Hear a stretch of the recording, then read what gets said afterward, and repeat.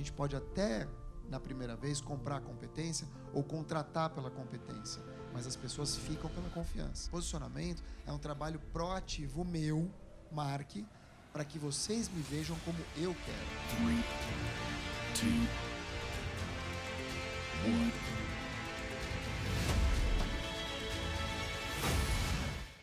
Galera do êxito, faz barulho, bate palma para receber aqui o Mark Tawil. Vem cá, Mark!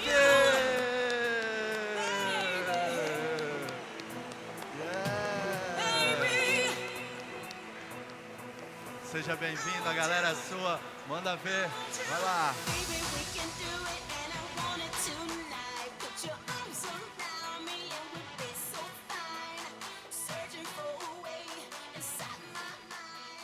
Bom dia.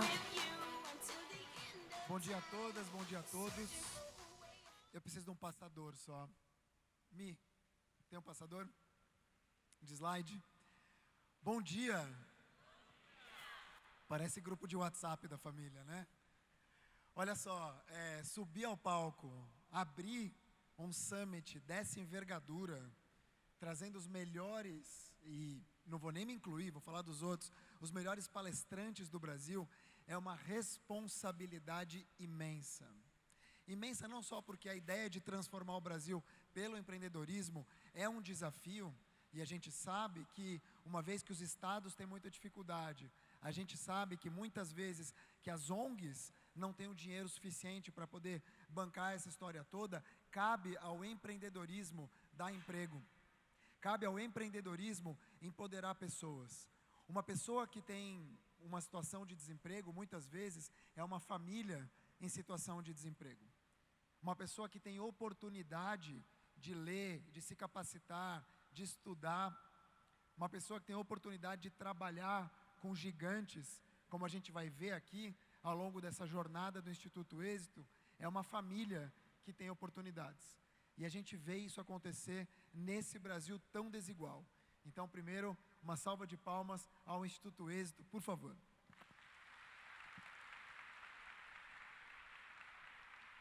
Obrigado. Acho que eu nunca falei com um telão desse tamanho, estou me sentindo no Réveillon da Avenida Paulista. Pessoal, a ideia do bate-papo de hoje é sobre ser a sua própria marca. Ser a sua própria marca. Esse é um desafio constante que a gente vem tendo enquanto ser humano. Ser percebido em meio a 7,7 bilhões de pessoas. Não é ser melhor, nem ser pior, não é ser mais rico ou mais pobre, ser mais bem ou mal sucedido, até porque sucesso é um conceito muito elástico. Mas na verdade, é ter uma autenticidade que te permita se diferenciar, ser notado. E você pode fazer isso de várias maneiras. Mas existe uma ciência por trás. A gente tem que começar esse bate-papo dizendo para vocês que somos 211 milhões de brasileiros, segundo o IBGE. Desses 211 milhões, tem 200 milhões de celulares. 215 milhões de celulares, ou seja, tem mais celular do que gente. Quando a gente fala de celular e de gente, a gente tem que perceber que essa gente toda está conectada. Aliás, muito conectada. Quem aqui, nessa plateia, tem 2 redes sociais? Levanta a mão, por favor. Pois é. 3 redes sociais, levanta a mão, por favor. Pois é. 140 milhões de pessoas usam redes sociais, daquelas que estão logadas, ou seja, a grande maioria ou a esmagadora maioria que está logada usa rede social. E muita gente faz isso utilizando redes móveis, ou seja, o mundo na palma da mão. Então, eu levantei alguns dados aqui, obviamente que não são meus, mas eu levantei dados do que acontece 1 minuto na internet. 1 minuto na internet, apenas 60 segundos, são tempo suficiente para quase 700 mil horas de Netflix serem assistidas. 1 minuto na internet é tempo para quase 200 milhões de e-mails serem enviados. 1 minuto na internet. 60 segundos, quase 4 milhões de buscas pelo mundo no Google. Sabe aquela telinha branca? 1 minuto na internet, 42 milhões de mensagens trocadas no WhatsApp. Esses são dados do começo do ano. Esses são dados do começo do ano. Você imagina Isso em 2020 para frente. 1 milhão de logs no Facebook, que é uma rede que as pessoas acham que está morta, mas não está. Porque a rede social é uma onda. A rede social, ela migra. Ela vem de países, vai para outros. Tem muito mais gente usando o Facebook, por exemplo, na Europa do que no Brasil. Nos Estados Unidos ainda se faz muitos negócios com o Facebook. Quase 4,5 milhões de vídeos assistidos por minuto no YouTube. Aliás, tem um dado muito interessante que diz o seguinte: se a gente fosse assistir todos os vídeos descarregados no YouTube em um dia, a gente demoraria 6 anos. 6 anos. Então a gente vive, nossa, como eu tô careca. Então a gente vive, acho que eu vou ficar de frente só. A gente vive um novo Big Bang. A gente vive, na verdade, uma reconstrução do mundo. Mas não um Big Bang que a gente aprendeu na escola. Um Big Bang mais colorido, mais diverso, mais inclusivo. Eu não gosto quando as pessoas falam que o mundo não está melhorando. O mundo tem muitos problemas, mas a gente tem também muitos desafios que estão sendo encarados. Um deles é estar aqui hoje, por exemplo. Empreendedorismo social. A gente tem mais ONGs trabalhando pela igualdade racial, pela inclusão das pessoas com deficiência, pelos refugiados. São temas que estão aí. Cada causa, quando a gente fala em causa, é uma causa de todos. A causa da igualdade racial no trabalho não é uma causa do negro e do branco, é uma causa de todos. A causa da pessoa com deficiência no Brasil é e precisa ser de todos. A gente tem 45 milhões de pessoas com alguma deficiência. Mas elas não estão aqui e elas também não estão trabalhando muitas vezes, porque elas não se sentem incluídas. Então cabe a nós fazer com que isso aconteça. A gente vive uma revolução. Mas a gente se acostumou a entender revolução, especialmente nos anos 2000, como tiro, porrada e bomba, quando na verdade não é. A revolução ela pode ser silenciosa, ela está na palma da mão. Vou fazer 46 anos, então eu sou de um tempo que eu usava secretária eletrônica. Eu sou de um tempo que eu tenho um amigo, Regis, que o pai dele alugava linha telefônica fixa. Quem lembra de telefone fixo aqui sendo alugado? Estão velhos também, hein? Ó, essa revolução que a gente vive hoje foi precedida de outras 3.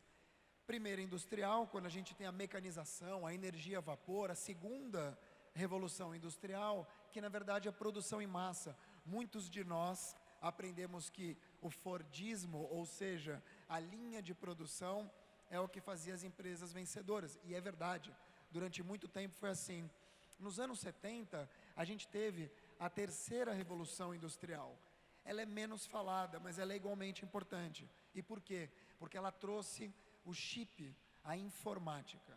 E hoje, de 10 anos para cá, a gente vive a quarta revolução industrial. Vocês sabem como surgiu esse termo Revolução Industrial 4.0? Quem sabe levanta a mão. Pois é, muito se fala, pouco se sabe. Surgiu em meados dos anos 2000, 2008 mais ou menos, na Alemanha, onde a indústria das máquinas começou a pensar e agir sozinho. O 4.0 foi criado na Europa para denominar um mundo novo que se aproximava. E agora a gente já começa a trabalhar e falar do 5.0, que é uma sociedade mais humanizada. Quando as máquinas estão fazendo o trabalho delas, o que nós, seres humanos, temos que fazer? A Revolução 4.0 é uma revolução que trouxe esses nomes todos aqui. Hoje, eles são muito comuns. Hoje é fácil falar de internet das coisas, embora muitos de nós ainda não saibamos. Hoje é fácil falar de impressão 3D. Crianças na África, no Afeganistão, que recebem próteses feitas em impressora 3D, muito mais baratas. A gente tem hambúrguer sendo reproduzido do outro lado do mundo. A gente tem chefes de cozinha robôs que reproduzem pratos feitos aqui no Brasil, lá em Hong Kong, 3D. Inteligência artificial, o drone. Eu tenho um amigo, Rafael, quando eu trabalhava na Rádio Globo, uma vez ele falou assim: rapaz, o drone me contou. Eu falei, drone? Aí ele falou, eu não falo mais passarinho, isso é coisa do passado. Drone semeando na lavoura, drone ajudando a combater incêndio, drone militar, drone aqui dentro fazendo imagens aéreas do evento. Olha como uma coisa que é tão nova, mas ao mesmo tempo cria profissões. As profissões do futuro, na verdade, elas já estão acontecendo. Esse aqui é um gráfico da Ernst Young, das profissões que vão estar em voga em 2025. Aí você vai me dizer, pô, 2025 é logo ali. E eu vou te responder, mas existem profissões de 2025 que a gente ainda não conhece. Por exemplo, Professional Tribber. Alguém sabe o que é? Quem é? Levanta a mão. Ninguém. Professional Tribber, dois aqui sabem.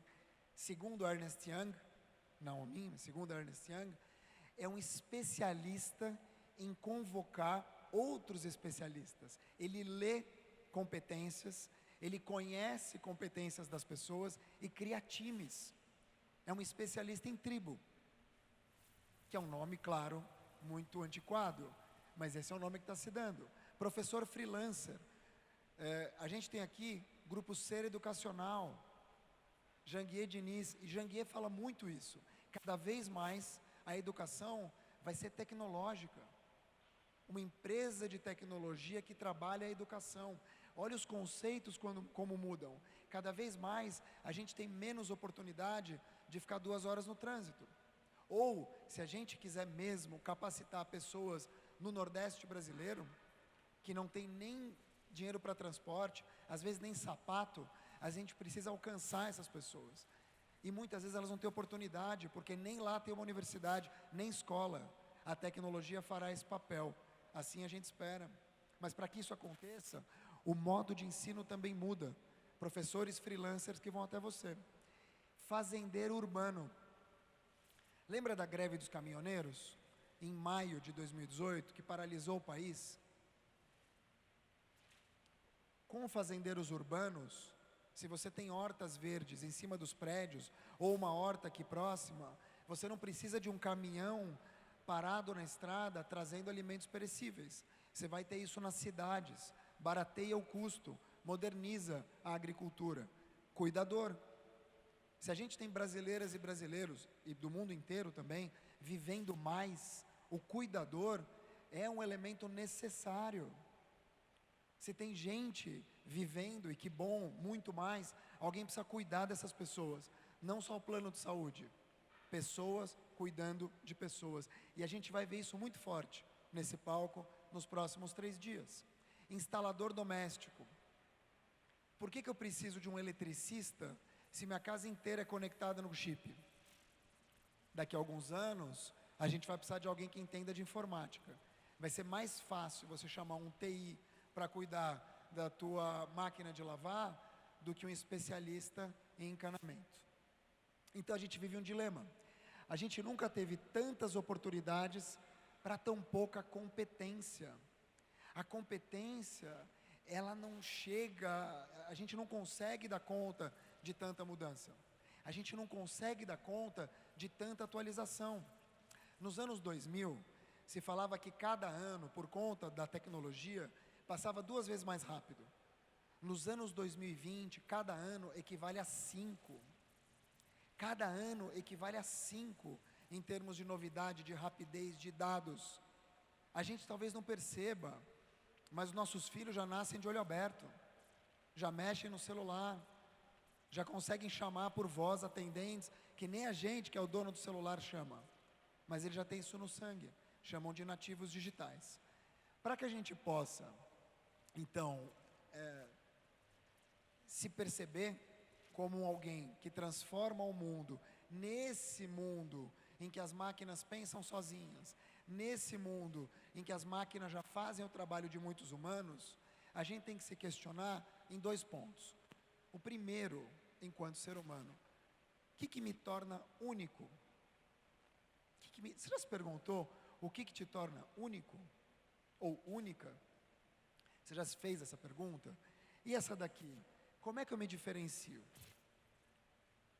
Tem um monte de gente que fala melhor do que eu, Mark, que é muito mais inteligente do que eu, Mark, mais carismática, mais divertida, tem mais cabelo, mas eu estou aqui tendo a oportunidade de falar para vocês. Como é que eu me diferencio? E não é só uma questão de palco, é uma questão de olhar para dentro. E aqui a gente entra nesse conceito, que é um conceito que eu tenho pensado muito, que eu criei e que dá nome ao meu livro que sai em 2020, chamado Seja Sua Própria Marca. O conceito de mentalidade de marca é a gente perceber como é que a gente pode aprender com as marcas que já existem. Como é que a gente pode pegar atributos dessas marcas? Como é que a gente pode sorver outras inteligências, processar isso e deixar a nossa marca no mundo? Vocês já pararam para se perguntar que marca vocês têm deixado no mundo? E eu não estou falando de marca mais. Eu estou falando de marca, estou falando da forja, do legado, de como é que vocês são percebidos. Quando falam de vocês, falam o quê? Nossa, ela é maravilhosa, ela atende o telefone muito rápido. Nossa, ele é incrível, ele responde e-mail logo de manhã. É isso que a gente quer? É disso que a gente está falando? Ou é de ajudar? Ou é de transformar? Ou é de impactar? Isso é uma piada, então gostaria que vocês rissem, mesmo que fosse falso. Passa muito por altos. Podem rir. Obrigado.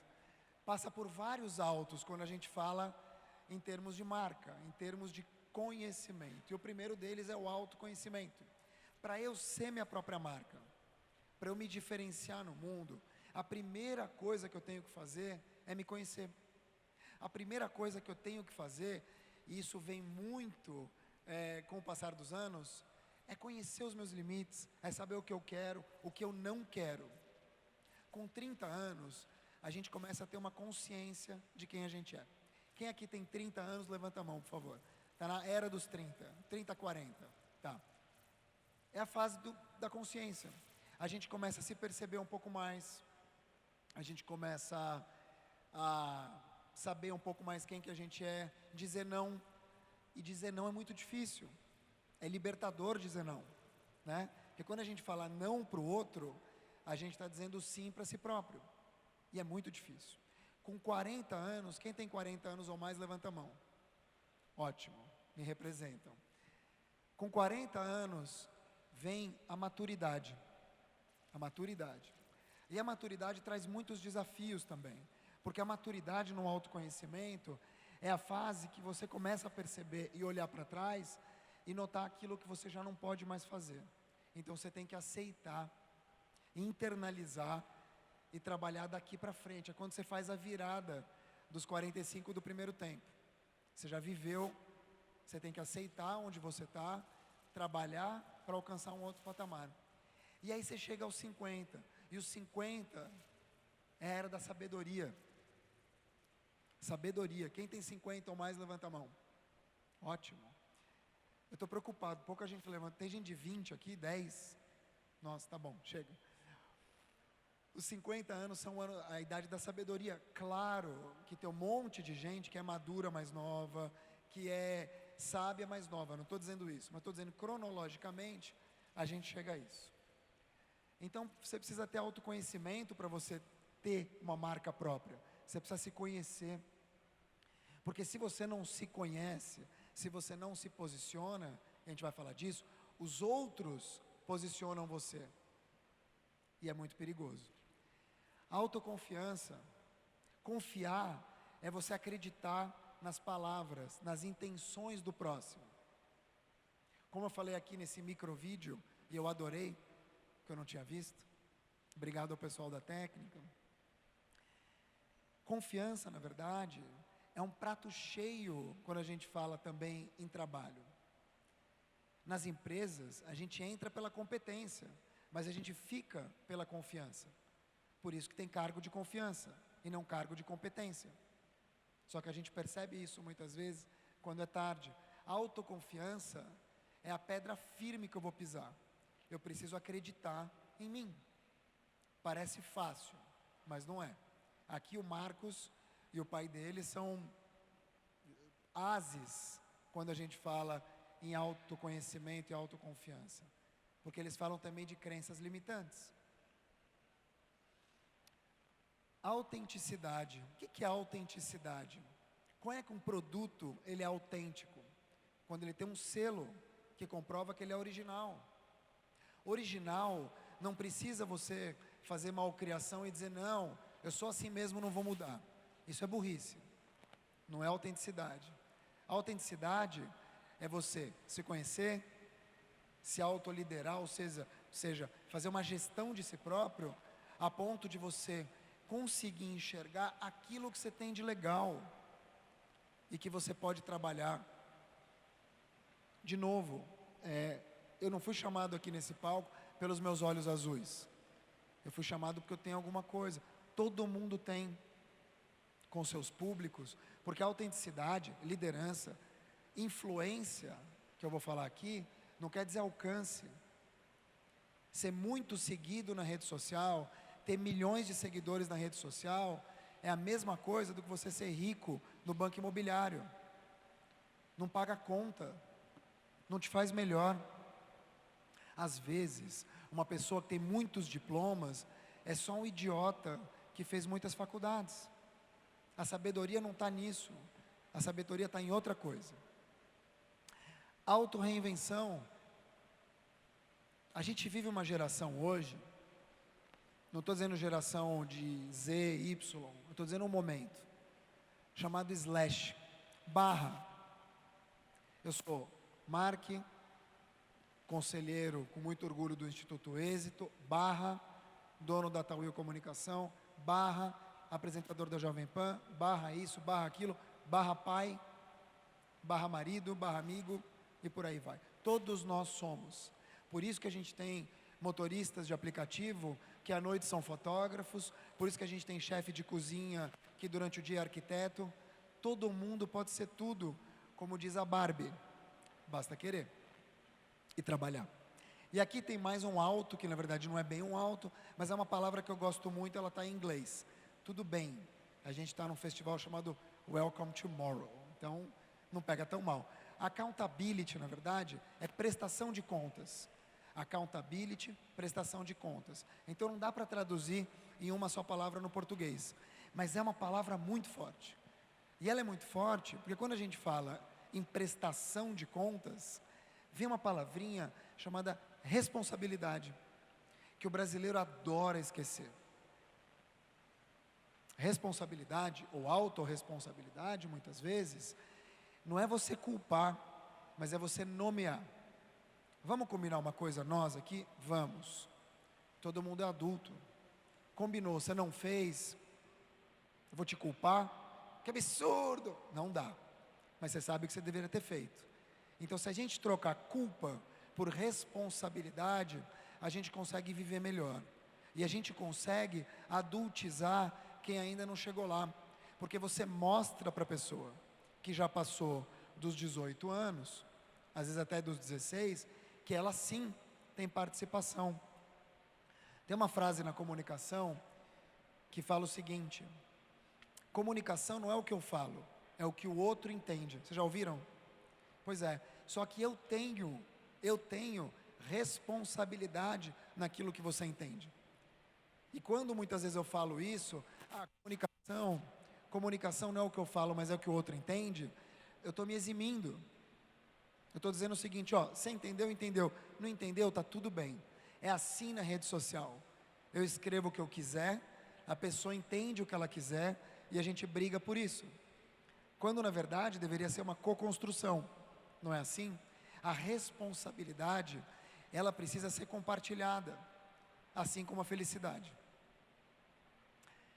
A gente precisa ter iniciativa. Mas uma palavra que eu tenho usado bastante é acabativa. Acabativa. Iniciativa, acabativa. Começar, finalizar. Stephen Kanitz criou essa palavra, um brasileiro criou essa palavra que não é bonita. Acabativa não é uma palavra bonita, mas ela é eficaz. Os empreendedores, e a gente está aqui num summit de empreendedorismo, lembra que empreender não é só montar um negócio. A gente empreende de várias formas. As mães são as grandes empreendedoras. As mães que fazem 500 coisas ao mesmo tempo. A minha mulher é muito mais empreendedora do que eu. Os empreendedores, eles têm iniciativa e acabativa também. Os iniciativos, eles são cheios de projetos. Eles até iniciam os projetos, mas não finalizam, não concretizam. E os acabativos, eles dão o tom. Eles conseguem, são os editores. Você tem o repórter e o editor. O editor, ele dá o texto final. Ele consegue amarrar. Mas sem o iniciativo e sem o empreendedor, às vezes o projeto não chega para ele. Então, lembrem-se, iniciativa com acabativa. Alta performance. Mais um alto, eu prometo que é o último. Alta performance, e vocês vão ouvir falar muito aqui nesse palco, sobre alta performance. Alta performance. Que é você ser o melhor entre os melhores. Alta performance. A gente tem aqui o Belete, que é conselheiro, super campeão de futebol. Alta performance. Na alta, ele ganhou tudo entre os grandes. Mas não dá para ser assim a vida toda. Você tem que se melhorar. Então a tua performance, para você ir do ponto A para o ponto B, nós, que não somos atletas de alto rendimento, e mesmo os atletas de alto rendimento não conseguem isso a vida toda, a gente tem que se auto-melhorar. 1%, 2%, 10% amanhã em relação a hoje. A auto-performance. E ela está validada em 3 grandes pilares. O primeiro deles, posicionamento. O segundo, reputação. E o terceiro, intencionalidade. Quando eu falo em posicionamento, eu trabalho para me posicionar em relação ao outro. O posicionamento de marca e de pessoas é um trabalho proativo de quem está fazendo. A roupa que eu estou usando aqui, a tatuagem que eu fiz, o tênis amarelo do Bruce Lee, o jeito que eu falo, o cabelo que eu uso, é um posicionamento meu, criado por mim, para impactar ou a mim ou ao outro. De novo, se você não faz isso, os outros fazem por você.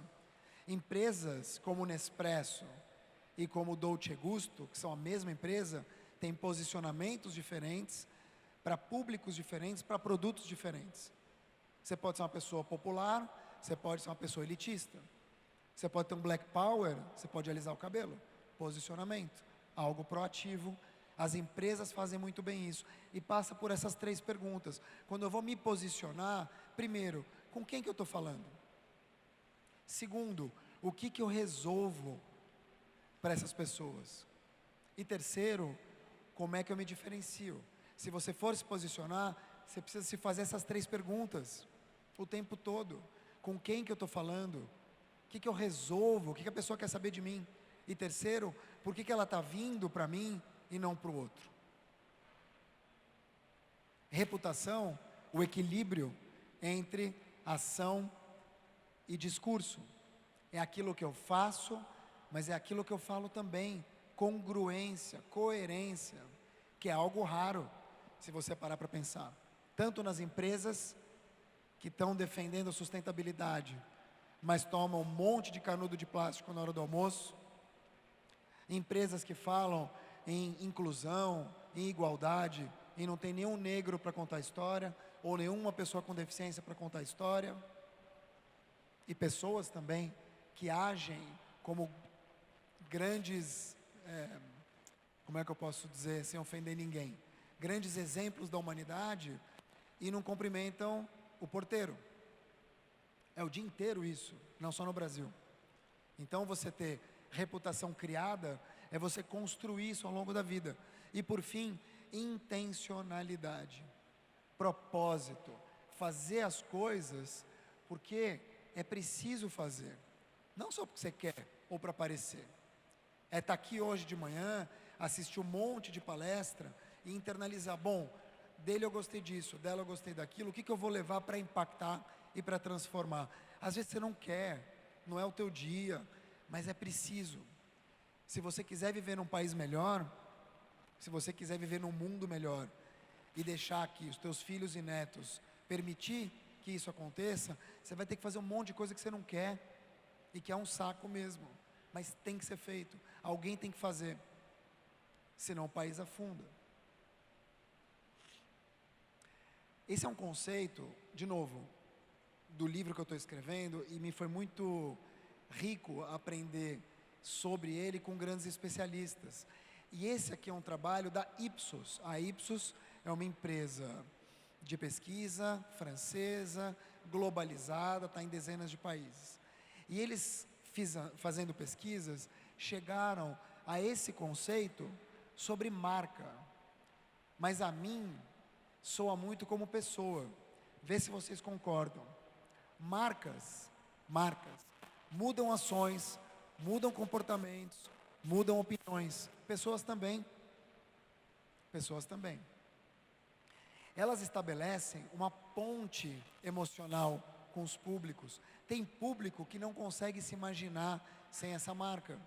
Basta ver as filas na porta da Apple para comprar um pedaço de plástico, aço e mais algumas outras coisas. As pessoas não conseguem se ver. Sabe aquela sensação quando você sai na rua, parece que você está pelado, você esqueceu o celular? Imagina, um pedaço de plástico. Daqui a alguns anos, eu acredito que os nossos filhos vão rir da gente. Vão rir, roubavam celular. O pessoal roubava na rua celular, isso aqui. Como assim? Mas é isso. Marcas estão sempre nadando contra a maré. É ser do contra? Não. Não é ser do contra. Mas é você olhar alguns passos adiante. De novo, vou citar aqui o exemplo do professor Janguier, quando ele falou do grupo Ser Educacional, da importância da tecnologia. Ele poderia muito bem ter dito, não, eu vou empoderar os professores, também. Não, eu vou criar mais prédios, também. Mas o olhar por cima do muro, o nadar contra a maré, implica em você aplicar hoje aquilo que você quer colher amanhã. Implica em você dar um passo para trás para dar outros para frente. É assim que as empresas do futuro colhem resultados, trabalhando no presente. E por fim, trabalham para ser ousado, inovador, icônico. Pessoas que são verdadeiras marcas, que são assinaturas naquilo que fazem, elas fizeram uma descoberta que todos nós podemos fazer. Todos nós podemos fazer. Elas não chegaram aonde chegaram porque elas fazem muito bem o que elas fazem, ou porque elas conquistaram dinheiro, propriedade, porque a gente tem visto muita gente que tem tudo, que está em depressão, que está triste, que tira a própria vida. Então dinheiro, alcance, poder é relativo, só que a gente não percebe isso. A gente está o tempo inteiro se comparando, quando na verdade, às vezes, a grama do vizinho, ela é mais verde porque ela é falsa, mas a gente não percebe. Essas pessoas todas que conseguiram atingir um patamar de marca, elas descobriram o seguinte: eu não preciso saber o que eu tenho que fazer, ou aquilo que eu preciso conquistar para chegar em determinado lugar. Eu preciso saber como é que eu me transformo na pessoa que está nesse lugar. Quando você mentaliza, visualiza, quando você muda, se enxergando como a pessoa que está naquele lugar, a pessoa que precisa se transformar, essa pessoa que está naquele lugar já conquistou tudo aquilo que você gostaria. O seu amanhã, a sua melhor versão, talvez não hoje, mas amanhã, ou depois, ou daqui a um ano, conquistou as coisas que você quer conquistar. Então é muito mais fácil você se projetar como sendo essa pessoa. É ser e não fazer, é ser e não ter. E aí, óbvio, você se projetando, você vai internalizar aquilo que você precisa fazer. É assim que funciona. Por fim, eu queria deixar vocês com uma frase sobre influência. Muito se fala de influência, né? Influenciador. Eu não gosto muito dessa palavra. Aliás, acho uma palavra pesada. Influenciador. Influencia a dor. Já parou para pensar na etimologia? A influência, ela sempre existiu. A maior influenciadora da minha vida é minha mulher, Elisa. Ela me influencia. A gente influencia pessoas o tempo todo. Se você mora com teu marido, com tua mulher, com teus filhos, com teus irmãos, você influencia eles a fazer uma compra. Eles são os consumidores, mas você influenciou a compra. Por isso que a gente brinca aqui, ó, convence minha mulher, depois eu faço. Que é isso? A influência não necessariamente é consumo. Então, influência não é alcance, não é like, não é dinheiro, é outra coisa. Influência, ela só acontece de duas maneiras: ou por manipulação, ou por inspiração. Você inspirar alguém é muito mais difícil. Você convencer alguém a te acompanhar, não porque ela é obrigada, ou obrigado, não porque você está pagando, mas se inspirar alguém para fazer ele vir com você porque ele quer, já é influência. E eu estou falando de uma pessoa, de duas, de três. Eu queria deixar vocês aqui com uma frase de uma especialista jovem que eu conheci, chamada Juliana Saldanha, que vai estar no meu livro, tomara. Ela é especialista em branding pessoal. Olha a força dessa frase. Olha o poder dessa frase, como não tem nada a ver com o que a gente se acostumou a entender o que é influência. Que é alcance, oba-oba, tapa nas costas, curtida, melancia na cabeça, escândalo, carrão. Gente, carrão. Quer coisa mais antiga do que carrão? Ó, popularidade é quando gostam de você. Popularidade. Influência é quando as pessoas param para ouvir o que você tem a dizer. Parar para ouvir não quer dizer escutar. Ouvir não quer dizer escutar. Às vezes entra por aqui, sai por aqui. Ouvir é prestar atenção e levar essa semente para você protagonizar a tua vida. Eu espero ter feito isso um pouquinho hoje com vocês. Quero agradecer. Dizer que vocês me encontram aqui nessas redes. Dizer que vocês me encontram semanalmente na Época Negócios, onde eu tenho uma coluna chamada Futuro do Trabalho. Estreiei ontem um podcast pela Rádio Jovem Pan, chamado Alta Performance Jovem Pan, em que eu falo muito disso, sempre trazendo gente muito boa. Ontem foi o presidente do nosso conselho, fica gravado, tá? É streaming. Você encontra no Spotify, no Deezer e também nas páginas da Jovem Pan, com Geraldo Rufino, que vai estar aqui nesse palco. Sabe o que o Geraldo Rufino fala da profissão do futuro? Vocês sabem qual é a profissão do futuro? Quem sabe levanta a mão. Qual é? Você que levantou a mão. Qual é? Hã? Profissão do futuro. Hã? Não faço ideia? Quase. Ó, a profissão do futuro é ser humano. Olha como é difícil você ser humano. Muito obrigado.